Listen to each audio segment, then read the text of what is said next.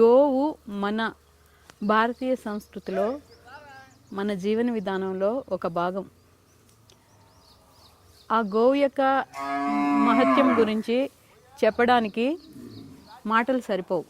33 కోట్ల దేవతలు ఆ గోవు శరీరంలో కొలువు తీరి ఉంటారు.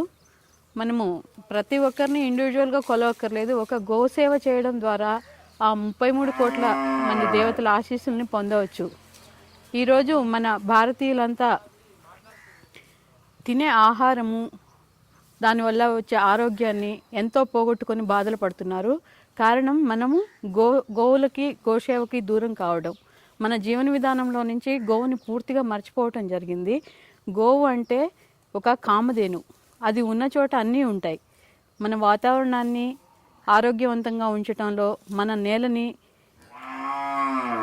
శక్తితో నింపటంలో గోవు యొక్క ప్రాముఖ్యత చాలా ఉంది. గోవు అంటే సకల శుభాలనిచ్చేది.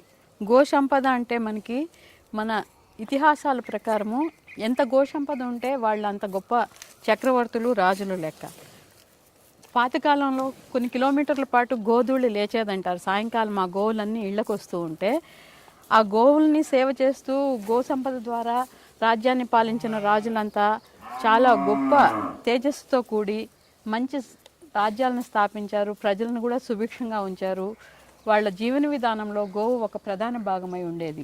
గోవు మనకి ఇచ్చే అన్ని రకాల పదార్థాలు ఏవైతే ఉన్నాయో, గోవు పేడ, గోమూత్రము, గోవు పాలు, గోవు నెయ్యి అన్నీ మనకి అద్భుతమైన దివ్య ఔషధాలుగా చెప్పవచ్చు. గోమూత్రము మన త్రిఫల దోషాలని, త్రివిధ దోషాలు అంటారు, వాత, కఫ, పిత్త దోషాలని, ఆ మూడింటికి సంబంధించిన 148 రోగాలని పోగొట్టడంలో చాలా ముఖ్య పాత్ర వహిస్తుంది. గోవు ద్వారా మనం ఎన్నో పొందుతాం, ఆరోగ్యాన్ని, ఆనందాన్ని. మన శరీరంలోని త్రిదోషాలని హరించే గుణము గోమూత్రంలో ఉంది. వాత, పిత్త, కఫ దోషాలని ఈ గోమూత్రం ద్వారా 148 రోగాలని హరించగల శక్తి ఆవు యొక్క మూత్రానికి ఉంది. మన అనేక రకాల చర్మ సంబంధిత రోగాలు, అంటే సల్ఫర్ లోపించినప్పుడు చర్మ రోగాలు వస్తాయి. గోమూత్రంలో మన శరీరానికి కావాల్సిన అన్ని పోషకాలు లభిస్తాయి. ఆ పోషకాలను గోమూత్రం సేవించడం ద్వారా ఒక ఔషధం లాగా రోజు 10 ml నుంచి వాళ్ళ వయసును బట్టి 50 ml వరకు తీసుకోవటం ద్వారా మంచి ఆరోగ్యాన్ని పొందగలరు. ఎందుకంటే గోమూత్రంలో ఏ పోషకాలు ఉన్నాయో అవి మన శరీరంలో అన్నీ మనకు కావాల్సినవన్నీ ఇస్తుంది. గోమూత్రం ద్వారా మనం ఎప్పుడు లోపిస్తాయో అప్పుడు అవి తీసుకోవటం ద్వారా మన హెల్త్ ఫుల్ఫిల్ అయ్యి హెల్తీగా ఉండగలుగుతాము.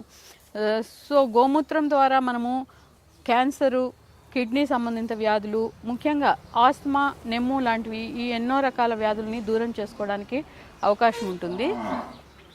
మన పూర్వీకులు గోవు యొక్క వైభవం గురించి ఎన్నో గ్రంథాల్లో వర్ణించారు. మహర్షుల ఆశ్రమంలో కానీ, రాజుల రాజ్యంలో కానీ గోవు ముఖ్య పాత్ర వహించేది.